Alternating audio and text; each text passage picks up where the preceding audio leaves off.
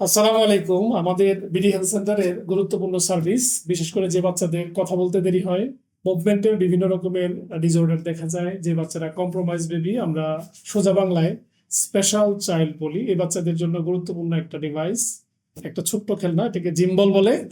তো আমি বাচ্চাদেরকে সেবা দিতে গিয়ে প্রত্যেক দিনই চেম্বারে এমন অনেক বাচ্চা পাই যাদের কথা বলতে দেরি হয়, যাদের অতি চঞ্চলতা থাকে, যাদের মনোযোগ অনেক বেশি কম।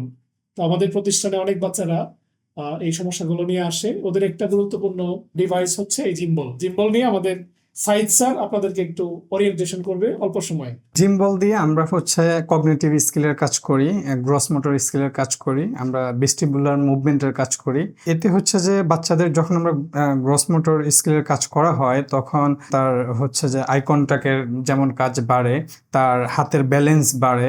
ভেস্টিবুলার মুভমেন্টে আমরা যখন করি, একটা বাবু দেখা যায় যে হঠাৎ করে উপরে উঠতে চাচ্ছে না, সিঁড়ি বেয়ে উপরে উঠে না। যখন বাবুকে উপর করে যে বলের মধ্যে দিয়ে কাজ করি, উপর করে দিয়ে, তখন বাচ্চার কগনিটিভ স্কিলটা এটা ইমপ্রুভ হয়। এই জিম্বলের ফলে বাচ্চাদের যে ইমপ্রুভমেন্ট গুলো হয়, আমরা এটা আবারও আপনাদের সাথে মাঝে মধ্যে যুক্ত হব বিভিন্ন ডিভাইস নিয়ে।